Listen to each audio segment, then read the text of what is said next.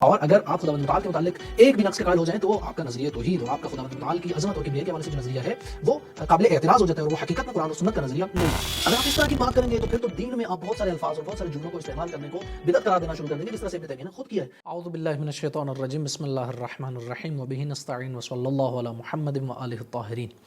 ابن تیمیہ کے انحرافات، ابن تیمیہ کے ان نظریات کے حوالے سے ہم گفتگو کر رہے تھے جو نظریات قرآن، سنت اور عقل کے خلاف ہیں، اور وہ نظریات جن کو نہ شیعہ علماء اور بزرگان نے قبول کیا ہے نہ خود اہل سنت کے علماء اور بزرگان نے قبول فرمایا ہے۔ ان نظریات میں سے ایک یہ تھا کہ خداوند متعال کے لیے جسم کا قائل ہونا، ایک تھا خداوند متعال کے لیے مکان کا قائل ہونا۔ آپ نے دیکھا کہ جسم کے حوالے سے ابن تیمیہ نے کہا کہ نہ یہ کہنا درست ہے کہ خدا جسم رکھتا ہے، نہ یہ کہنا درست ہے کہ خدا جسم نہیں رکھتا۔ بالآخر یعنی تمہارا نظریہ کیا ہے؟ اور پھر بعد میں یہ بھی خود ہی کہہ دیا کہ خداوند متعال ایک معنی میں جسم رکھتا ہے، اس معنی میں کہ اسے دیکھا جا سکتا ہے، اس کی طرف اشارہ کیا جا سکتا ہے اور اس طرح کی چیزیں۔ یہ وہ واضح معنی ہیں جو کہ عقل کے لحاظ سے بھی درست نہیں ہے۔ ہم نے عرض کیا کہ جسم جو چیز رکھتی ہے وہ اپنے اجزاء کی محتاج ہوتی ہے۔ جو شے بھی جسم ہو وہ بالآخر ایک مادی چیز ہے، وہ ایک متناہی اور ایک محدود چیز ہے، لامحدود چیز نہیں ہو سکتی، وہ غیر متناہی نہیں ہو سکتی۔ بالآخر اس میں جسم اور جسمانیات کے جو عوارض ہیں، جو اس کے لازمے ہیں، جو اس کے نتائج ہیں، وہ بہت سارے نقائص کو اپنے اندر لیے ہوئے ہیں، اور اگر آپ خداوند متعال کے متعلق ایک بھی نقص کے قائل ہو جائیں تو آپ کا نظریہ توحید اور آپ کا خداوند متعال کی عظمت اور کبریائی کے حوالے سے جو نظریہ ہے وہ قابل اعتراض ہو جاتا ہے اور وہ حقیقت میں قرآن اور سنت کا نظریہ نہیں ہے۔ مکان کے حوالے سے ہم نے یہ عرض کیا اور جسم کے حوالے سے بھی عرض کیا کہ مختلف معانی کو پھر تراشنے کی کوشش کرتا ہے ابن تیمیہ کہ جسم سے یہ معنی مراد ہو سکتے ہیں، مکان سے یہ معنی مراد ہو سکتے ہیں۔ تجسیم کے حوالے سے اور خود جو ہے وہ مکان کے حوالے سے وہ جہاں پر عثمان بن سعید درامی کا قول اس کو نقد کرتا ہے، اس کی حمایت میں بشر مریسی کے قول کو نقد کرتا ہے، یعنی ایک عالم دین نے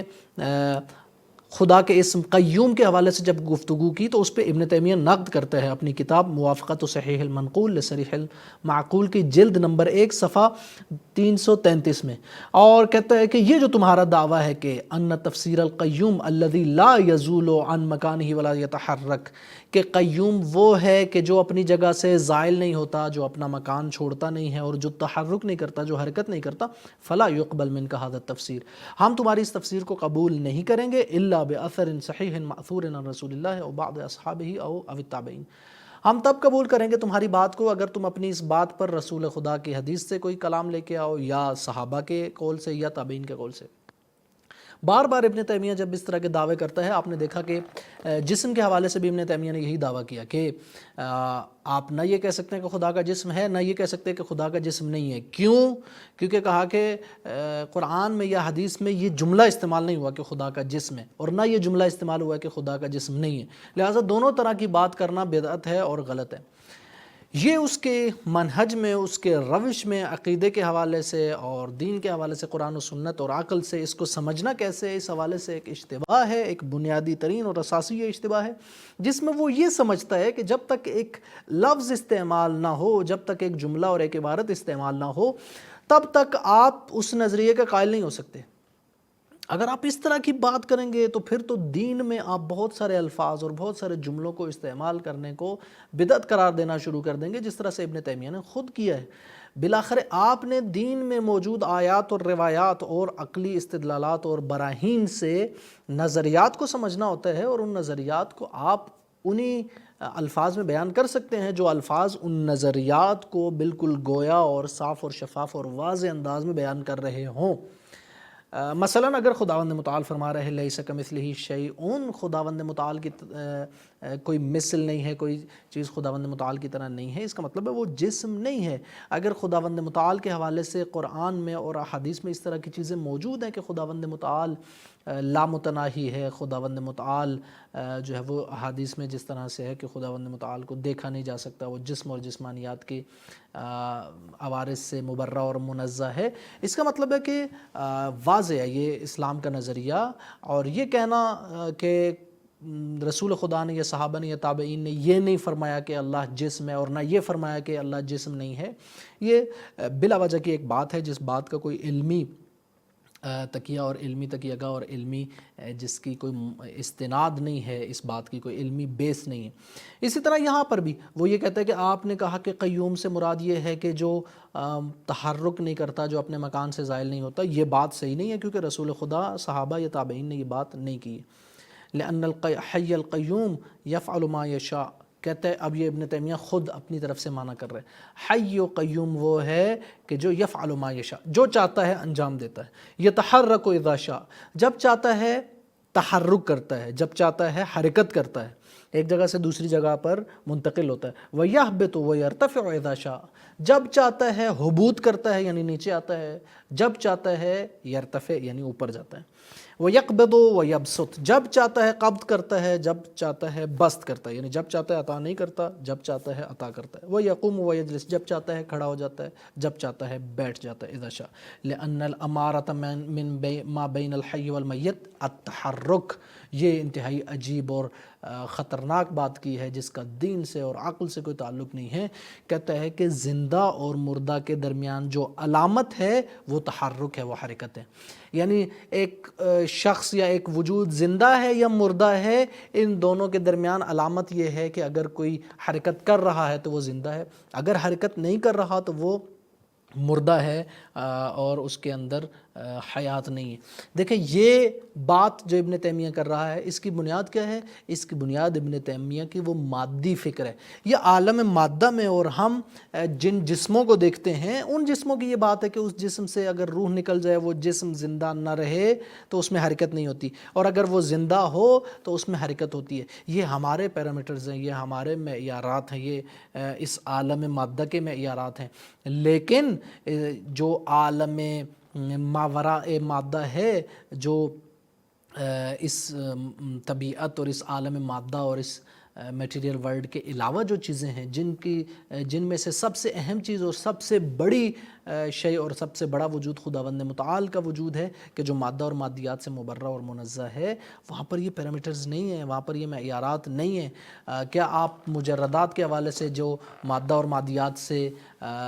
مبرہ اور منزہ ہیں، پاک ہیں، جیسے فرشتے ہیں، جیسے ارواح ہیں، جیسے انوار ہیں، نور ہیں، ان سب کے حوالے سے آپ یہ کہیں گے کہ جو حرکت کر رہا ہے وہ زندہ ہے، جو حرکت نہیں کر رہا وہ زندہ نہیں ہے۔ لہٰذا یہ انتہائی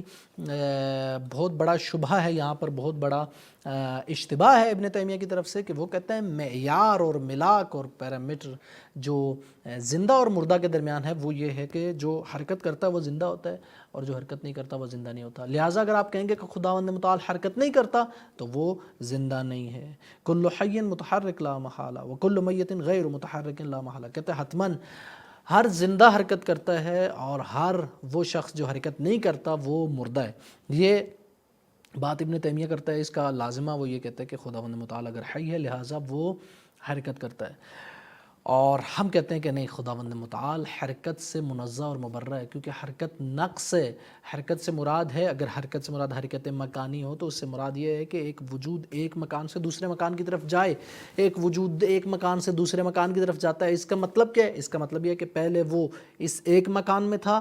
اور اس دوسرے مکان میں نہیں تھا، اس دوسرے مکان میں نہیں تھا، لہٰذا پہلے مکان سے دوسرے مکان کی طرف گیا ہے، اور جب دوسرے مکان پہ پہنچا ہے تو پہلے مکان پر اب موجود نہیں ہے۔ یعنی آپ ایک ایسا نقطہ فرض کر رہے ہیں ہر زمانے کے اندر کہ جہاں پر یہ وجود موجود نہیں ہے، اور آپ اس وجود کو لمیٹڈ اور محدود فرض کر رہے ہیں۔ پھر اس حرکت کا ہدف کیا ہے؟ یہ حرکت کیوں کر رہا ہے؟ اگر وہ کمال مطلق ہے، اگر وہ صمد ہے، اگر وہ غنی عن العالمین ہے، اگر وہ غنی عن الاطلاق ہے، وہ بے نیاز ہے، تو وہ حرکت کیوں کر رہا ہے؟ اسے حرکت کی کیوں ضرورت ہے؟ لہٰذا یہ ساری چیزیں، اور پھر جو ہے وہ حرکت کا لازمہ جو ہے، اگر آپ فلسفی اور کلامی دقیق بحثوں میں، عمیق بحثوں میں جائیں تو حرکت مادہ کا لازمہ ہے۔ کسی وجود میں مادہ ہوگا تو وہ متحرک ہوگا، وہاں پر حرکت ہوگی۔ یہ ساری باتیں خداوند متعال کے ساتھ تناسب اور مناسبت نہیں رکھتی ہیں۔ خداوند متعال ان باتوں سے منزہ اور مبرہ ہے، خداوند متعال ان باتوں سے پاکیزہ ہے، پاک ہے۔ لہٰذا یہ جو بات کی ہے ابن تیمیہ نے یہ بات درست نہیں ہے. جس پر اعتراض کر رہا ہے اس کی بات بھی درست نہیں ہے کہ قیوم وہ ہے کہ لا یزول عن مکانہ ولا یتحرک، کہ قیوم وہ ہوتا ہے جو اپنے مکان سے اپنی جگہ سے زائل نہیں ہوتا اور حرکت نہیں کرتا، بلکہ قیوم کا جو معنی درست معنی ہے وہ یہ ہے کہ وہ جو کہ القائم بنفسہ ہی ہو اور المقوم لغیرہ ہی ہو، وہ جو کہ خود قائم ہو، خود بنفس ہی اس کی ذات موجود ہو، یعنی دوسرے الفاظ میں جو خود واجب الوجود ہو، یعنی دوسرے الفاظ میں جو خود اپنی ذات میں، اپنی صفات میں، اپنے وجود میں کسی کا محتاج نہ ہو، اور مقوم غیر ہو، یعنی دوسرے سب اس کے محتاج ہو، دوسرے سب اس کی وجہ سے قائم ہو، اس کی وجہ سے حیات رکھتے ہوں، اس کی وجہ سے زندہ ہوں. یہ جو حرکت کی بحث ہے کہ خداوند متعال حرکت کرتا ہے، اس کو منہاج السنہ نبویہ میں بھی جلد 2 صفحہ 638 میں ابن تیمیہ نے کہا کہ ان جمہور اہل سنہ یقولون، جمہور اہل سنت یہ کہتے ہیں کہ انہ ینزل، خداوند متعال نزول کرتا ہے، ولا یخلو منہ العرش، لیکن نزول اس طرح سے کرتا ہے کہ عرش اس سے خالی نہیں رہتا. خب یہ آگے جا کے دیکھیں گے کہ کس طرح کی باتیں ابن تیمیہ کرتا ہے. پھر خدا کی حرکت کے حوالے سے وہ پھر اسی اپنی دوسری کتاب موافقت صحیح المنقول لصریح المعقول میں جلد 1 صفحہ 309 میں کہتا ہے کہ ان الحرکت من لوازم الحیات، وہی بات جو ابھی تھوڑی دیر پہلے کی وہی دوبارہ کرتا ہے کہ حرکت حیات اور زندگی کا لازمہ ہے، حرکت حیات اور زندگی کی نشانی ہے. فکل حی متحرک، ہر زندہ وجود متحرک ہوتا ہے، اس کے اندر حرکت ہوتی ہے، لہٰذا خداوند متعال کو بھی کیا ہونا چاہیے؟ متحرک ہونا چاہیے، اس کے اندر بھی حرکت ہونی چاہیے، کبھی وہ نیچے آئے، کبھی وہ اوپر جائے، کبھی وہ آگے جائے، کبھی وہ پیچھے آئے، نعوذ باللہ من ذالک. اور پھر کہتا ہے کہ وجعلوا نفی ھذا من اقوال الجہمیہ نفاة الصفات الذین اتفق السلف علی تضلیلہم وتبدیعہم. کہتا ہے کہ یہ خداوند متعال سے حرکت کی نفی کرنا یہ جہمیہ کا قول ہے، اور جہمیہ جو ہے وہ ہمارے اسلاف علماء کا نظریہ یہ ہے کہ وہ گمراہ ہیں اور وہ بدعتی ہیں، لہٰذا ہم اس کو نہیں مانتے. یہ جہمیہ کا نظریہ ہو یا نہ ہو، یہ کسی کا نظریہ ہو یا نہ ہو، آپ اس نظریے کو یہ دیکھیں کہ آپ جس نظریے کو اپنا رہے ہیں قرآن سنت اور عقل کے مطابق ہے یا نہیں ہے. قرآن بھی نفی کرتا ہے حرکت کی خداوند متعال سے، سنت بھی نفی کرتی ہے اور عقل بھی نفی کرتی ہے، لیس کمثلہ شیء اس کی نفی کرتی ہے. روایات جو رسول خدا سے اور ائمہ اہل بیت علیہم السلام سے ہیں، جو امیر المومنین علیہ الصلوۃ والسلام کے نہج البلاغہ میں فرامین ہیں، وہ بھی اس کی نفی کرتے ہیں. اسی طرح سے عقل اس کی نفی کرتی ہے، جیسا کہ ہم نے عرض کیا ابھی کہ اس حرکت کا لازمہ مکانی ہونا، محدود ہونا، محتاج ہونا، مادی ہونا، یہ ساری چیزیں ہیں جو کہ خداوند متعال جن سے منزہ اور مبرہ ہے. دراصل بعض علماء نے تحلیل کی ہے کہ ابن تیمیہ نے یہ بات کی کیوں ہے اور اس علت اور وجہ کیا ہے کہ وہ اس نظریے کی طرف گیا ہے. اس میں بخاری اور مسلم میں موجود ایک حدیث ہے کہ جو بخاری نے باب الدعاء نصف اللیل میں اور صحیح مسلم نے باب الترغیب فی الدعاء میں اس باب میں نقل کیا ابو ہریرہ سے کہ وہ رسول خدا سے نقل کرتے ہیں کہ یتنزل ربنا تبارک و تعالی کل لیلۃ الی السماء الدنیا حین یبقى ثلث اللیل الآخر، کہ خداوند متعال نعوذ باللہ ہر رات کو ہماری اس دنیاوی آسمان پر نیچے آتا ہے جب اس لیل کا جو ہے وہ اس رات کا آخری ایک ثلث بچ جاتا ہے، جب 1/3 رات بچ جاتی ہے، 2 حصے رات کے ختم ہو جاتے ہیں اور 1 حصہ آخری بچ جاتا ہے، تب خداوند متعال نعوذ باللہ عرش سے اتر کے دنیا کے آسمان پر آتا ہے، ویقول اور فرماتا ہے من یدعونی فاستجیب لہ، جو دعا کرے گا، مجھے پکارے گا، میں اس کا جواب دوں گا. من یسألنی فاعطیہ، جو مجھ سے سوال کرے گا میں اسے عطا کروں گا. من یستغفرنی فاغفر لہ، جو استغفار کرے گا میں اسے بخش دوں گا، میں اس کی مغفرت کروں گا. یہ وہ حدیث ہے جو باعث بنتی ہے کہ ابن تیمیہ اس بات کا پورے ببانگ دہل اور بڑی صراحت کے ساتھ اعلان کرتا ہے کہ خداوند متعال حرکت کرتا ہے. اصلاً کہتا ہے جو لوگ یہ کہتے ہیں کہ خداوند متعال حرکت سے منزہ ہے اور پاک ہے اور خداوند متعال میں کسی قسم کی حرکت موجود نہیں ہے، یہ کہتا ہے کہ وہ گمراہ ہیں اور وہ بدعتی ہیں اور وہ ایسی بات کر رہے ہیں کہ جو بات رسول خدا نے نہیں فرمائی ہے، صحابہ نے نہیں فرمائی، اور پھر اس سے بڑھ کر وہ بالکل ایک واضح معیار دے رہے ہیں کہ جو خدا سے حرکت کی نفی کر رہے ہیں گویا وہ خدا سے حیات اور زندگی کی نفی کر رہے ہیں، خدا کو مردہ تصور کر رہے ہیں، نعوذ باللہ. البتہ یہ جو بات کر رہا ہے ابن تیمیہ بار بار کہ یہ اہل سنت جمہور اہل سنت کی رائے اور نظریہ ہے، ایسا نہیں ہے۔ بعض جگہوں پر اگر آپ دیکھیں مثلا حافظ ابن حجر نے فتح الباری شرح صحیح البخاری میں صفحہ 303 میں اس کو بیان کیا ہے کہ استدل بہ من اثبت الجہت وقال ہی جہت العلو، کہ بعض نے جہت کو ثابت کیا ہے خدا کے لیے، یعنی خدا ایک خاص جہت میں، ایک خاص مکان میں، ایک خاص سائڈ پر موجود ہوتا ہے، اور اس کو جہت علو کا نام دیا ہے کہ خدا اوپر ہے۔ اور پھر کہتے ہیں وَأَنْكَرَ ذَلِكَ الْجَمْهُورُ، جبکہ جمہور علماء اہل سنت اس کو قبول نہیں کرتے اور اس کو رد کرتے ہیں۔ کیوں؟ لِأَنَّ الْقَوْلَ بِذَلِكَ، اگر آپ اس چیز کے قائل ہو جائیں کہ خدا کے لیے ایک خاص جہت ہے، خداوند متعال ایک خاص مکان میں اور ایک خاص سائڈ پر ہے، يُفْضِي إِلَى التَّحَيُّزِ تَعَالَى اللَّهُ عَنْ ذَلِكَ، یہ بات کس طرف لے کے جاتی ہے؟ یہ بات اس طرف لے کے جاتی ہے کہ خدا کے لیے ایک خاص مکان کے آپ قائل ہو جائیں، خدا کے لیے آپ ایک خاص جگہ کے قائل ہو جائیں، اور اگر آپ خدا کے لیے ایک خاص جگہ کے قائل ہو جائیں گے تو خدا محدود ہو جائے گا، خدا اس مکان کا، اس جگہ کا جو ہے وہ محتاج ہو جائے گا۔ خود بیضاوی نے بھی کہا کہ لما ثبت بالقواطع انه سبحانہ منزہ عن الجسمیت والتحیز، چونکہ قطعی اور یقینی دلیلوں سے یہ ثابت ہے کہ خداوند متعال جسم سے اور تحیز سے، تحیز کہتے ہیں ایک خاص جگہ پر ہونا، جس طرح سے انسان ہمیشہ کسی ایک خاص جگہ پر موجود ہوتا ہے، اسے مکان کی ضرورت ہوتی ہے۔ یہ فرماتے ہیں کہ چونکہ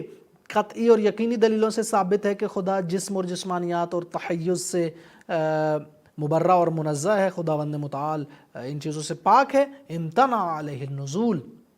لہٰذا یہ بات ممنوع ہے کہ آپ کہیں کہ خداوند متعال نازل ہوتا ہے، علی معنی الانتقال من موضع الی موضع اخفض منہ، انتقال سے مراد یہ، نزول سے مراد یہ کہ آپ کہیں ایک مکان سے منتقل ہوتا ہے ایک اس سے نیچے والے